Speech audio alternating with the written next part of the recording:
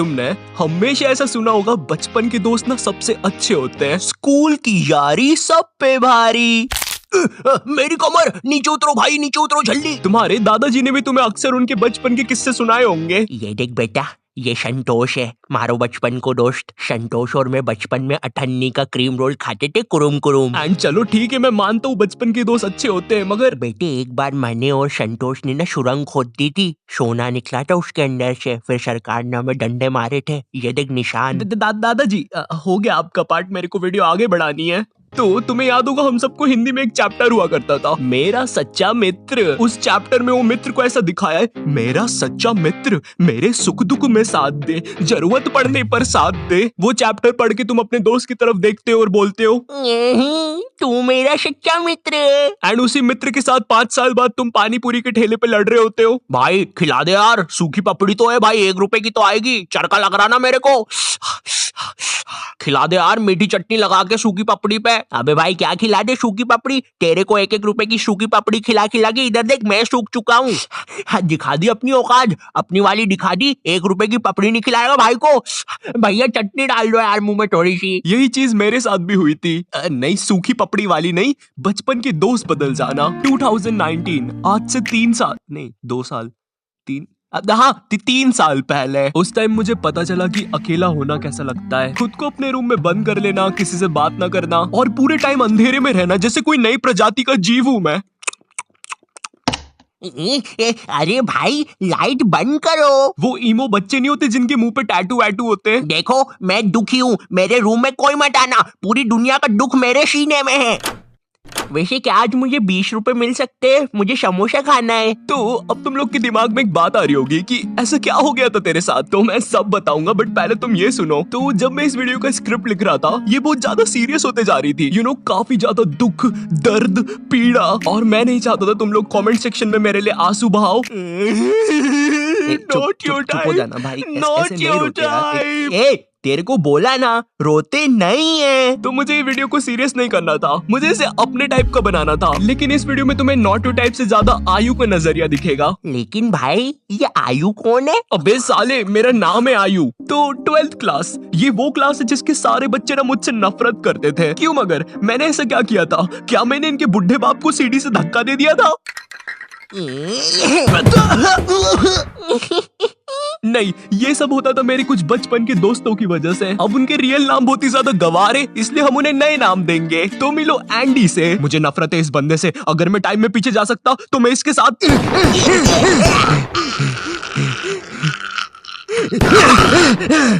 Andy बहुत ही घमंडी बंदा था, इसे लगता था ये स्कूल में सबसे ज्यादा कूल है, सारी लड़कियां इसके पीछे है, जो कि बिल्कुल भी गलत था। इसकी एक गर्लफ्रेंड बनी थी, उसके लिए भी हमें शैतान को क्या पता कितने मासूम बच्चों की बलि चढ़ानी पड़ी थी। इसकी दोस्ती स्कूल के बाहर जो आवारा बच्चे थे उनसे भी थी, जो कि एज में हमसे बहुत ज्यादा बड़े थे, और इस बेवकूफ को उस बात का भी घमंड था। तेरे भाई के पास दोस्तों की कमी नहीं है। एंडी मेरी स्कूल में 4th क्लास में आया था, किसी गाँव से। मैं उसके गाँव का नाम तो भूल गया, बट नाम सुन के ऐसा लगता था वहाँ पे चिंपांजी और हाइना रहते हैं, क्योंकि एंडी की शक्ल भी चिंपांजी और हाइना जैसी थी।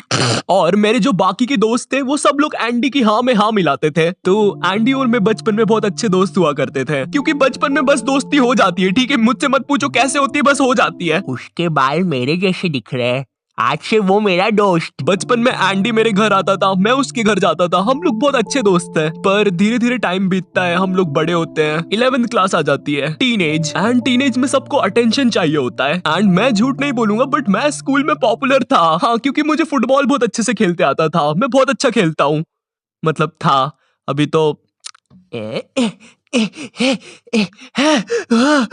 अब मुझे तो स्कूल में अटेंशन मिल जाता था, मगर एंडी को नहीं मिलता था। एंड उसे इस बात से बहुत ज्यादा जलन होती थी, तो वो मुझसे बहुत बेकार तरीके से रहने लग गया था, मुझसे बात नहीं करता था। मुझे समझ नहीं आता था ये मेरे साथ ऐसा क्यों कर रहा है। उसकी जलन इतनी ज्यादा बढ़ गई थी, उसने मेरे बाकी दोस्तों को भी भड़का दिया था कि कोई मुझसे बात ना करे। वो चाहता था कि मैं भी उसकी हाँ में हाँ मिलाऊं बाकी बच्चों जैसे। हमारी बहुत ज्यादा लड़ाई होती थी इस बात पे, और एक पॉइंट पर उसकी जलन इतनी ज्यादा बढ़ गई थी, उसने पूरी क्लास को भड़का दिया था मेरे नाम से।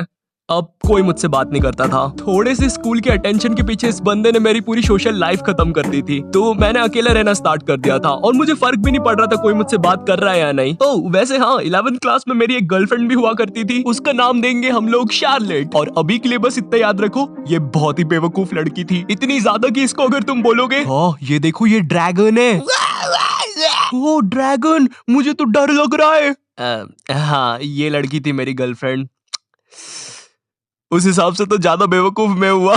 खैर तो मैंने अब अकेला रहना स्टार्ट कर दिया था, पर एंडी को कहाँ चैन पड़ रहा था। उसने सोचा ये बंदा ऑलरेडी अकेला है, चलो अब इसे परेशान करते हैं। बस फिर क्या था, उसके बाद वो लोग ग्रुप बना के मेरे पीछे पड़ गए, मुझे मारने की धमकियां देना, उल्टी सीधी बातें बोलना, क्लास के अंदर बोलना, क्लास के बाहर बोलना, ग्राउंड में बोलना, लंच में बोलना, मोदी जी के साइड में बोलना, चांद पे बोलना, स्पेस में बोलना, सोते समय बोलना।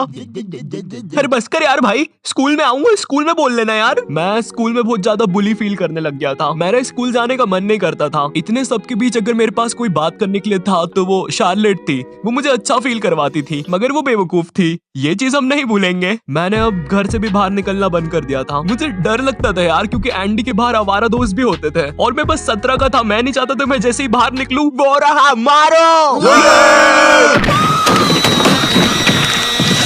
पूरा 11th क्लास में यही सब चलता है और 11th क्लास खत्म हो जाती है, अब 12th क्लास आ जाती है और मैं तुम्हें अपना 12th क्लास का रोना सुनाऊं उससे पहले this video is sponsored by Binomo. मेरा नाम है पापे और ये है मेरा बेटा रवि, जो कि नालायक है और जिसकी पढ़ाई पर मेरी आधी कमाई उड़ जाती है। पर कमाई से याद आया बिनोमो, जिससे आप एक्स्ट्रा कमाई कर सकते हैं। बिनोमो की खास बात ये है कि आपको एंड्रॉइड और iOS दोनों प्लेटफॉर्म पे मिल जाएगा, मतलब ये एक लीगल ऐप है, रवि की मम्मी की तरह इलीगल नहीं। मम्मी ईगल है, बताया नहीं कभी। रवि गवार चुप हो जा, पूरा अपनी माँ पे गया है। बिनोमो में आप मल्टीपल एसेट्स जैसे गूगल, गोल्ड, यहाँ तक कि मल्टीपल करेंसी, यूएसडी एक्सेट्रा में भी ट्रेड कर सकते हैं। इसमें आपको ग्राफ की फोरकास्टिंग करनी होती है कि ग्राफ ऊपर जाएगा कि नीचे। यहाँ मुझे लग रहा है ये ग्राफ ऊपर जाएगा, तो मैं इसमें 800 रुपए इन्वेस्ट कर देता हूँ। वैसे ये 800 रुपए मैंने रवि की गुल्लक से निकाले थे बियर पीने के लिए, वरना उसकी मम्मी ले लेती नशे करने के लिए। मेरे पैसे वापिस दो।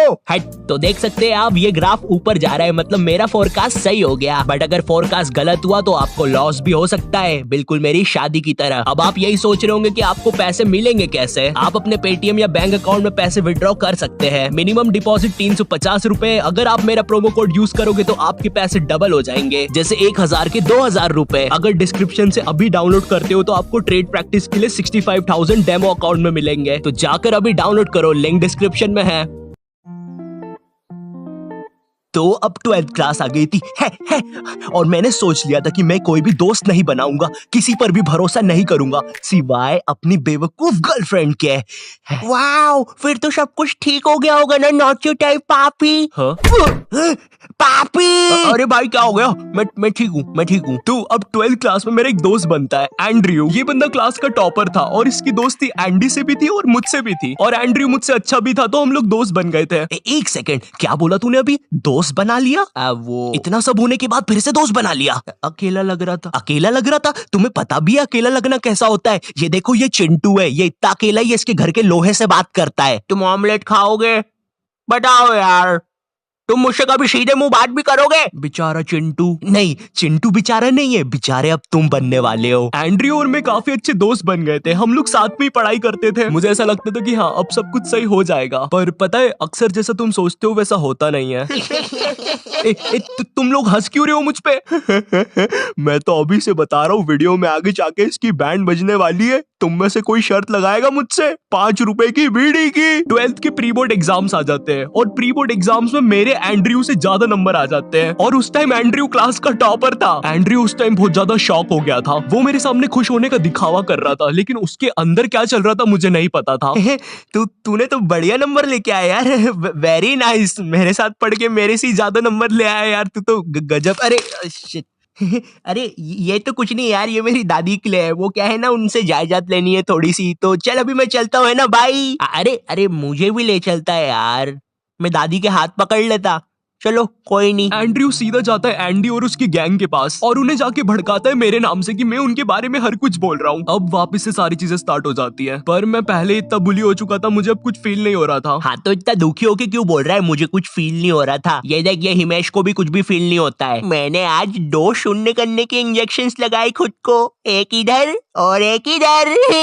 एंड्रयू को पता है क्या डर था कि मैं उससे बोर्ड एग्जाम्स में ज्यादा स्कोर ना कर दूं, और इसीलिए उसने मुझे डिस्ट्रैक्ट करने के लिए अपना मास्टर मूव खेला। तो मेरे बायोलॉजी का एग्जाम था और मुझे उस दिन एक कॉल आता है। वो कॉल शार्लेट का होता है और मैं जैसे ही कॉल उठाता हूँ वो बोलती है, मुझे एंड्रयू ने तुम्हारे बारे में कुछ बातें बताई है और अब हम साथ में नहीं रह सकते। दुख दर्द पीड़ा वो चीज सुन के मेरा दिमाग पूरा ब्लैंक हो गया था। मैंने उसका फोन काटा और पढ़ने लग गया। हाँ मुझे पता है तुम्हारे दिमाग में बात आ रही होगी। भाई तूने तेरी बंदी को समझाया क्यों नहीं? वो गलत सोच रही है, एंड्रयू ने उसको भड़काया है, तू ऐसा कैसे होने दे सकता है? तू तो बहुत खतरनाक है। मुझ में शक्ति नहीं बची थी। मेरे बोर्ड एग्जाम चल रहे थे, मैं जब भी बाहर जाता था मैं बुली होता था, और अब जिस पे मैंने 2 साल तक ट्रस्ट किया था, जिसकी मुझे सबसे ज्यादा जरूरत थी, उसने भी मुझे छोड़ दिया था। क्यों? क्योंकि उसे एक रैंडम बंदे ने भड़का दिया था। वाओ! और इसीलिए मैं उसे पूरी वीडियो में बेवकूफ बोल रहा था, क्योंकि उसमें दिमाग तो था ही नहीं कतई। जैसे तैसे मेरे बोर्ड एग्जाम्स खत्म हो जाते हैं। उसके बाद मैं 24 घंटे अपने रूम में रहता था। 1 साल तक घर से बाहर नहीं निकला। फिर ना कभी मेरी शार्लेट से बात हुई, ना किसी से। मुझे लोगों से नफरत हो गई थी, मैं किसी पर भी ट्रस्ट नहीं कर पाता था। लोग कहते हैं स्कूल के दोस्त हमेशा याद आते हैं। मुझे उस टाइम समझ में आ रहा था क्यों याद आते हैं। हाँ मुझे पता है लास्ट पार्ट थोड़ा ज्यादा सीरियस हो गया। सालों अब क्या मैं मेरी सैड चीजों पर भी जोक बना दूं? बट सीरियसली जो लोग बोलते हैं स्कूल तुम्हारी लाइफ का सबसे बेस्ट पार्ट होता है, ना भाई, कुछ लोगों के लिए वर्स्ट पार्ट भी होता है। एनीवेज, इफ तुम लोग ऐसा कुछ फेस कर रहे हो तो तुम लोग मुझे कमेंट सेक्शन में या इंस्टाग्राम पर कहीं पर भी मैसेज करके बता सकते हो। मैं